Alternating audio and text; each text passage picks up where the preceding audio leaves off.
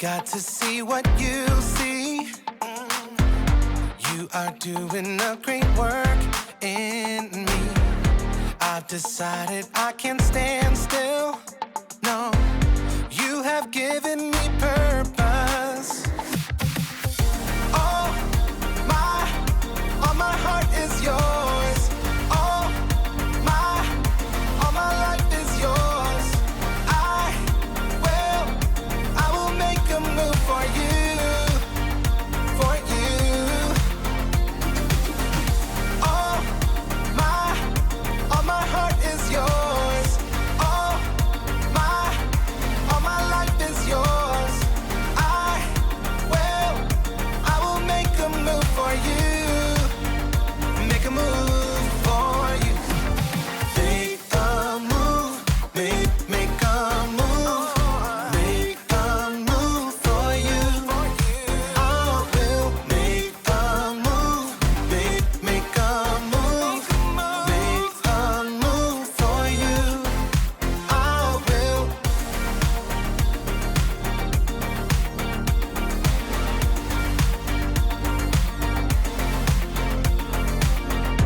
I'll take up the call to serve you.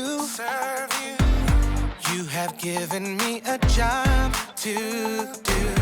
I wanna love the world just like you. Yeah, you have given me purpose. All my heart is yours. All my life is yours.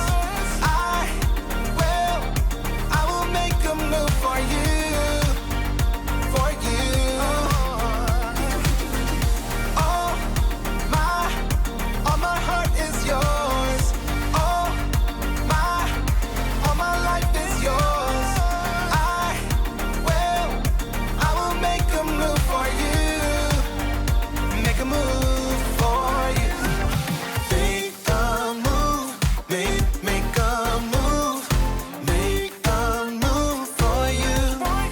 I will make a move. Make a move. Make a move for you. I will.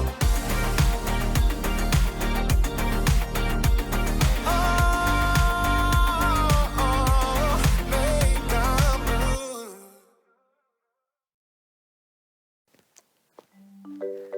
Hey, welcome to StoryLab.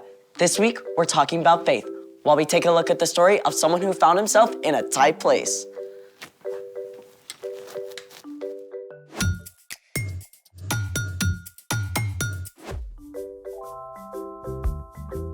Hey, I'm Skyler. And I'm Sebastian. We're talking about faith, which is trusting in what you can't see because of what you can see. I see something really cool. What's even more cool is what you can make with these. Well, what are they? Mosaic tiles. Oh, for like stepping stones and stuff. Or for some of the most amazing art in the world. Let's move.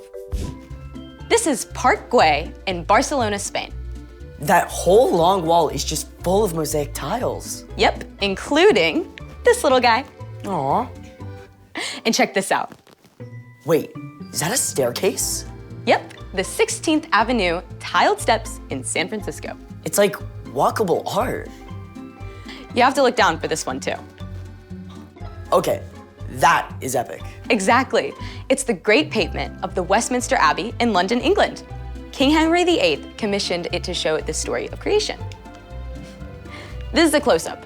It's about 750 years old. I wonder how many feet have walked across that. Millions and millions, I bet. All right, now I'm itching to create. That's great, but first, we have a challenge. A sticky one.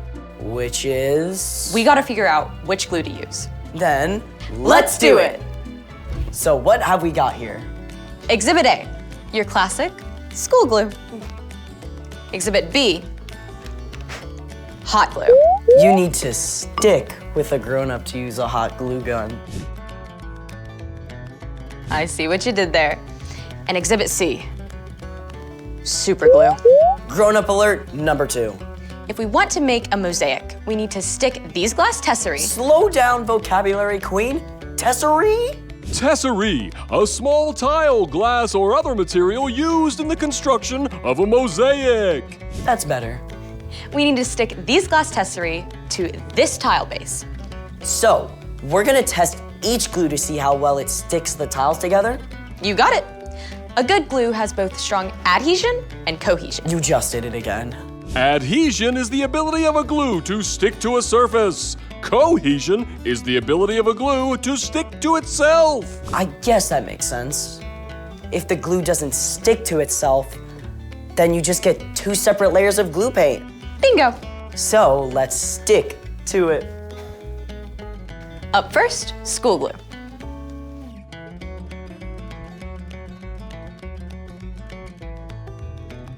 Hot glue's ready.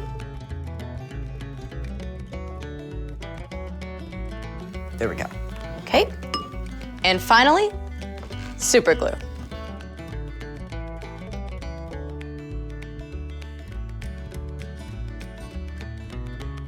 Now we could sit and watch the glue dry for 10 minutes. Or we could do this.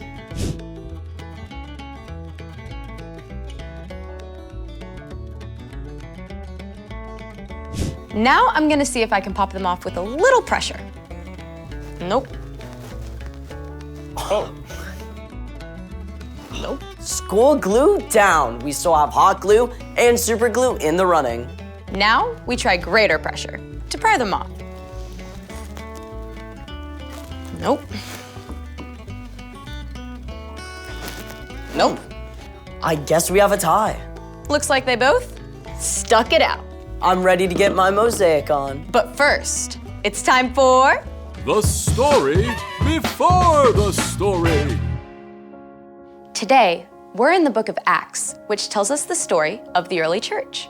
But before Acts, way back in the very beginning, out of a deep, deep love, God made an amazing world. But when people turned away from God, the world was broken. God made a plan to draw people back into relationship. So, at the right time, God sent Jesus, God's very own son, to live among us. Jesus gave up his life and was killed.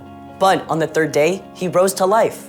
After Jesus returned to heaven, the early church grew quickly, with the help of God's Spirit.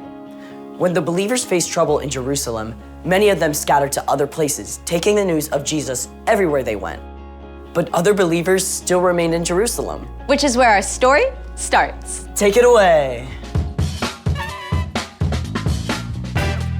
Hi everyone, I'm Erica. During this time, King Herod ruled over Judea. He was Jewish, but served the Roman government. And just like the Jewish religious leaders, he wanted to stamp out the Jesus movement. Herod even arrested the Apostle James and had him killed. When Herod saw how much this pleased the religious leaders, he sent soldiers to arrest Peter too. Now, Herod had seen strange things happen among the believers, like when Peter and the other apostles had been arrested before, they had mysteriously turned up back in the temple courts. Herod was not taking any chances. He had Peter chained up between 2 guards with 2 more guards at the door. 4 separate groups of soldiers were assigned to the job. Herod made plans to bring Peter out for a big public trial right after the Passover festival.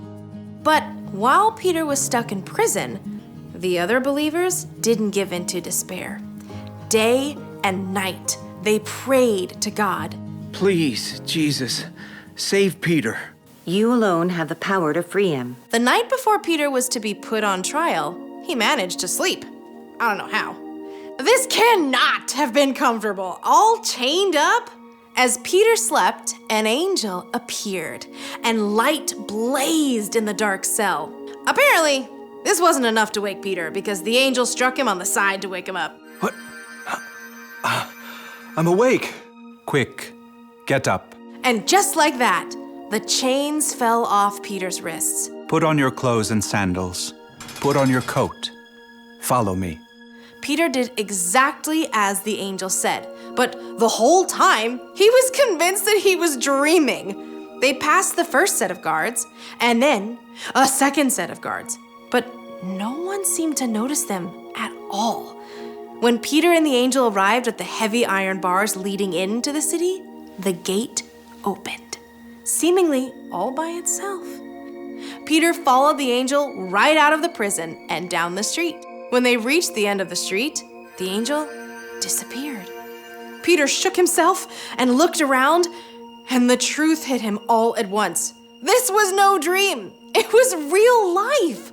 Now I know without a doubt that the Lord has sent his angel and rescued me from Herod's clutches. I bet Peter felt like doing a dance right there in the street. Instead of awaiting trial and death in the morning, he was free, and he could not wait to share the news. Peter headed straight for the home of his friend Mark's mother, Mary, where the believers often met to pray. He knocked as loudly as he dared. At last, a servant girl named Rhoda came to answer. Who is that? It's me, Peter. When Rhoda realized it was Peter, she was so excited to tell everyone that she ran back inside without actually opening the door first. It's Peter! Peter's at the door! You're out of your mind! It must be his angel. But in the midst of this debate, Peter kept knocking. When they finally opened the door, they were absolutely amazed to discover that it actually was Peter. There was a huge commotion, but Peter signaled for them to be quiet. Then he explained the whole story. Tell the other believers about this. After sharing his story, Peter left the believers.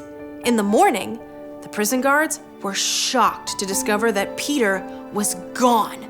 They searched everywhere, and when they couldn't find him, Herod was so enraged he had the guards killed. But in spite of all this, the early church continued to grow. The end. I bet Rhoda got teased for a long time about leaving Peter at the door. You pray so hard for something, but sometimes it can still be a surprise when you actually get it. So, what's our part in the story? Well, you may never end up in prison like Peter, but there will be times when you feel completely stuck with no way through.